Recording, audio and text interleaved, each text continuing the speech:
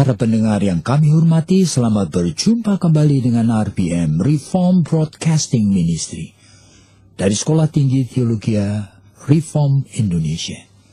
Dan kami percaya bahwa Tuhan menyediakan hal-hal yang baik untuk kita semua pada hari ini. Dan mari kita bersama-sama pikirkan, dan secara khusus mengenai topik krisis yang dihadapi rumah tangga di tengah COVID-19 ini. Dan kita sudah membicarakan beberapa krisis. Dan sekarang kita sampai kepada krisis yang ketiga, yang dihadapi oleh keluarga, yaitu krisis di dalam kepemimpinan. Nah, ini berarti bisa secara khusus kepada suami, kepala keluarga. Tetapi bisa juga tidak, oleh karena kepemimpinan yang ada di dalam rumah tangga itu seringkali tidak selalu dijalankan oleh sang suami atau ayah. Meskipun kita tahu bahwa sebetulnya Alkitab mengajarkan begitu. Oleh karena Tuhan, di dalam 1 Korintus pasal 11 pun, Paulus mengingatkan bahwa Allah menciptakan laki-laki. Dan di bawah laki-laki nanti baru perempuan. Dan di dalam Efesus pasal 5 diingatkan lagi bahwa laki-laki adalah kepala rumah tangga, sehingga sama seperti Kristus terhadap jemaat. Nah, begitu. Oleh karena dalam Kejadian pasal 2 kepada Adam, itu Tuhan mengatakan tidak baik kalau seorang saja, sehingga ingin memberikan penolong yang sepadan. Berarti Tuhan memberikan wanita, istri sebagai penolong sepadan, meskipun di luar pernikahan. Sebetulnya laki dan perempuan ya equal, sederajat sama saja. Sama-sama peta dan gambar Allah. Cuma begitu masuk di dalam pernikahan, Tuhan mengendaki demikian. Tetapi realita dalam hidup, oleh karena kita hidup dalam dunia yang berdosa, dan kita itu hidup dengan tubuh darah daging yang berdosa, akibatnya yang ideal seperti itu seringkali tidak available. Oleh karena realitanya ada orang menikah dengan suami yang tidak seiman. Bagaimana mau jadi kepala? Ada orang, seorang istri menikah dengan seorang suami yang ternyata tidak bisa kerja. Bagaimana dia bisa menjadi kepala? Menikah dengan seorang suami yang loyo, yang pasif, yang tidak bertanggung jawab. Waduh, bahkan ada yang berkanjang dalam dosa. Bagaimana dia bisa menjadi kepala? Nah, di tengah kondisi seperti ini, Tuhan memberikan contoh-contoh. Bahwa ternyata di tengah kondisi yang tidak ideal seperti ini, istri boleh mengambil peran. Nah, peran seolah-olah dia yang memimpin. Tetapi diingatkan, haruslah dia takut akan Allah. Oleh karena takut akan Allah, dia tidak mengambil alih tanggung jawab suaminya, tetapi dia mengisi semua kekosongan yang suaminya tidak mampu isi.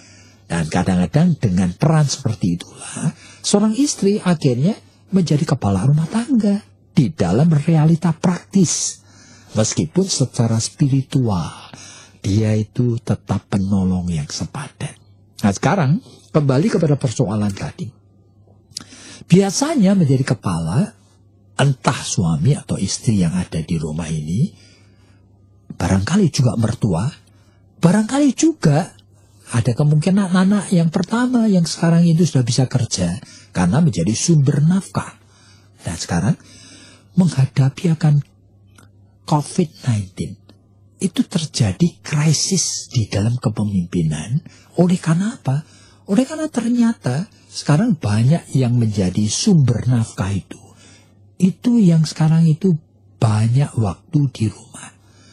Dan sekarang itu tidak bisa membuktikan dengan segera bahwa dia bisa provide segala kebutuhan finansial dalam rumah tangga. Ada yang di PHK, ada yang mengalami kesulitan, tokonya tidak laku, terpaksa juga kerja di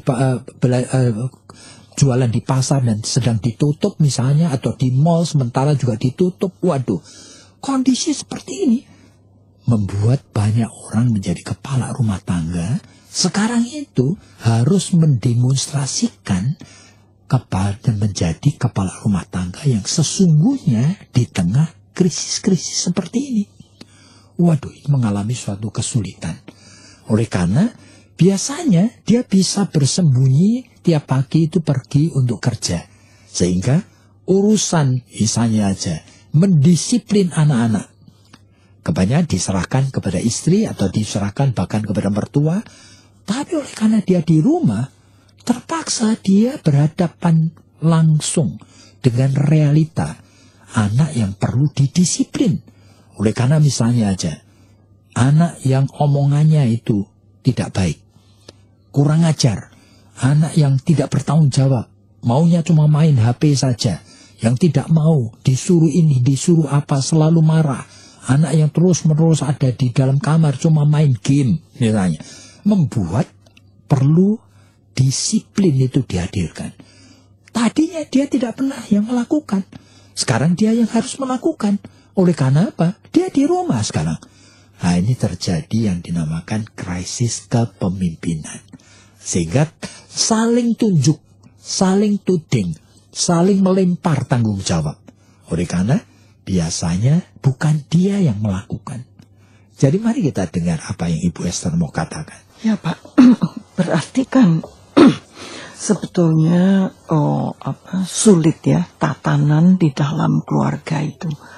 Kapan seorang suami itu harus memberikan waktunya? Apakah itu 1 jam? Apakah itu 2 jam? Ini di luar COVID. Nah, kalau di luar COVID saja dia tidak pernah ada waktu. Waktunya itu cuman kalau lagi Sabtu, Minggu, libur begitu ya. Lalu kemudian ajak keluar makan atau ajak ke tempat main. Hanya itu saja.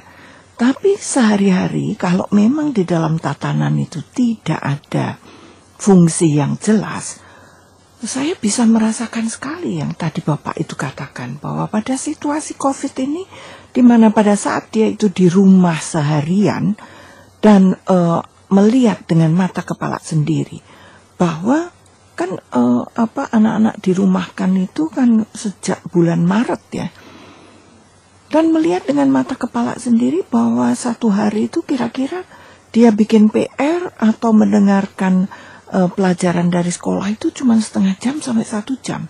Habis itu nggak ada apa-apanya lagi. Nah, baru dia mulai prihatin. Tapi kan juga nggak pernah punya ilmu gitu loh Pak, untuk bagaimana sih membawa lagi anak itu kepada jalan yang benar. Kan si Bapak ini juga mikir, dulu aku waktu masih zaman dulu, itu kan tidak ada yang nyuruh, tidak ada yang bentak-bentak, suruh belajar, tidak ada yang begini, tidak ada begitu. Toh saya nomor 1 di kelas. Tapi sekarang kenapa anakku ini jadi seperti ini? Kan kebanyakan klien itu datang dengan keluhan-keluhan yang mirip-mirip begitu. Harus diapakan? Siapa yang harus mendisiplin? Kalau terus-menerus Bapak yang mendisiplin, Bapak gregetan lalu kemudian dipukulin tuh anak, kan juga tidak menolong begitu loh Pak. Jadi bagaimana sih? Ya memang itu praktisnya itu justru kompleks seperti itu sebetulnya. Oleh karena apa? Banyak pemimpin yang sebetulnya itu menjadi pemimpin oleh karena dia hanya menjadi breadwinner. Berarti dia menjadi sumber daripada keuangan dalam rumah tangga. Sumber dari pemenuhan kebutuhan yang primer dalam rumah tangga. Tetapi dia tidak menjalankan leadership dalam arti yang sesungguhnya. Sehingga misalnya saja seperti tadi, mendisiplin anak supaya bertanggung jawab dalam studi. Mendisiplin anak supaya bisa memakai waktu, bukan cuma main game misalnya. Mendisiplin anak supaya bisa menahan emosi, supaya tidak kurang ajar kalau ngomong sama orang tuanya. Lalu mendisiplin anak supaya juga mau bantu-bantu bersih-bersih di rumah, atau dan sebagainya.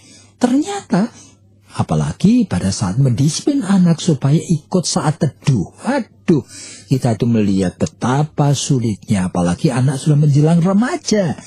yang biasanya memang kelihatan sekali ogah-ogahan dan tidak tertarik dengan hal rohani. Dan sekarang, oleh karena dia ingin keluarga ini keluarga Kristiani, ya paling enggak setiap hari makan pagi itu baca Alkitab atau makan malam baca Alkitab. Dan untuk itu selalu terpancing kemarahan.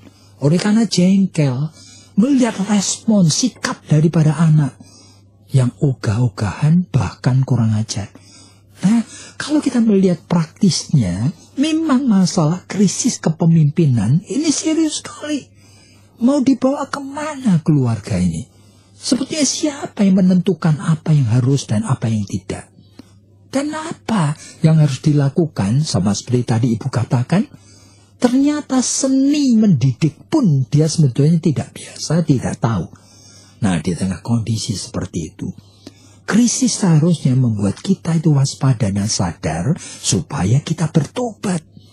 Selama ini, jadi jangan kita justru excuse lalu mengatakan memang ini biasa saya tidak bisa melakukan. Memang bukan saya yang mendidik, biasanya istri saya. Tidak bisa begitu. Oleh karena justru COVID-19 ini membuat kesempatan setiap individu membenahi dirinya.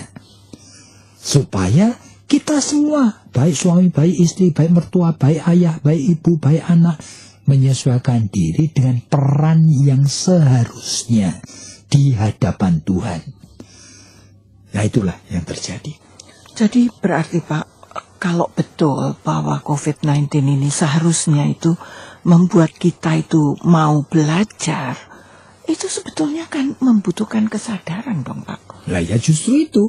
Makanya melalui program-program seperti ini diharapkan para pendengar itu tahu bahwa masalah rohani ini bukan masalah tanda petik cuma bisa dengar lalu kita belajar untuk mengerti. Tidak bisa begitu. Ini bukan hanya makanan kognitif, bukan hanya dipikirin, tetapi ini harus dihidupi. Oleh karena apa? Hidup kita ini pendek sekali. Jadi jangan sampai kita menjadi orang-orang Kristen yang careless, yang hidupnya purposeless, tidak punya tujuan.